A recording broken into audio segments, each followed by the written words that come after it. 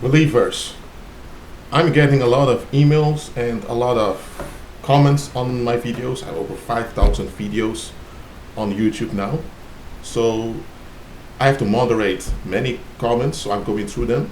Some comments I don't approve because people are really spilling out their whole life story, which I don't mind, but I realize such information is not wise to put them out there in public, so that's why I don't approve such comments. I just leave them and I get back to the individual later on.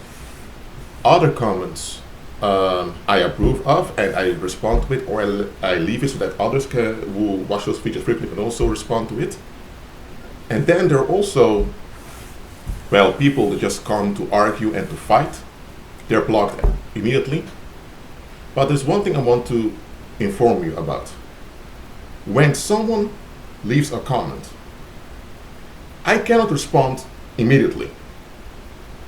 I have to go through many comments. I need to go into prayer and see what the best answer is for that situation. And I also have my daily stuff that I have to do. So you cannot expect an answer immediately. That's one. Secondly, if I sense any type of projection of doubt in the question asked, I will not answer it. And if that user keeps on making such statements or such asking such questions with an accusative tone, they're blocked. Let me explain why. If you approach someone, you're not going to approach them in doubt. Look, if you call the police officer, you're not going to ask, sir, are you able to come here? No, you know they are the police. So if there's a crime happening or they're needed, you know when you call, they're obliged to come. If it's a firefighter, you know they have to come. So when it comes to in daily life, people don't approach others in doubt. People approach you in doubt when they're upset with what you're saying or what you're doing. Because what you're saying or doing contradicts what they stand for. Or what if what they stand for is not correct? What if they have error? Some people just want validation of what they're holding on to. And when they see that you give out good information, but that good information also reveals some error in them, now they're upset because of that, but they can't actually blame you, so they look for some way to come and argue with you. They come and ask questions, but because they come from a point of doubt, they will always reveal their doubt one way or the other. If someone asks me, are you truly born again? Why do you call me brother in the comment section? Okay, and then when ask, are you born again? If you have the Holy Spirit in you, you should already have a confirmation that I'm born again or not. I mean, if someone comes to you like that, let's say you are a police officer, or let's say you're a nurse in a hospital, and some patient over there doubts whether or not you're able to take care of them. What does it show you about that patient? The patient is projecting his or her under the liability on you. It's a kind of gaslighting. When people approach you that way, don't engage. I'm telling you straight up, don't engage. Even if they are a believer, they need deliverance. Because that way of approaching people is a type of hidden accusation. If you are in doubt, you need deliverance. You're not going to project it onto someone else. You have to self-reflect and face yourself, embrace Christ. I'm not getting into debates. I'm not getting into arguments. I'm not getting into discussions. I'm not doing any of that.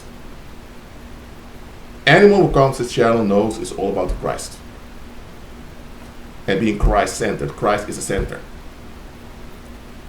The moment you come here and suggest doubt, because I had such commenters in the past. They would come, they would comment on certain videos, praising the Lord and all of that, and suddenly they would come with suggestions. And then the suggestions later leads in the comments and them referring onto false doctrine or saying Christ is fake and all of that. So they start off warm just to get you hooked, and then they dump their darkness. I've seen it happening, and I also see it happening with some ministries out there. With me, it's obvious. If you give off a weird spiritual vibe, I will go into prayer. And if I wait for a while and you manifest more of the dark fruit, you're out. And the same way you should operate in daily life, believers. Do not give people that don't look for real life, long-term solutions assistance. Don't give them assistance in their darkness.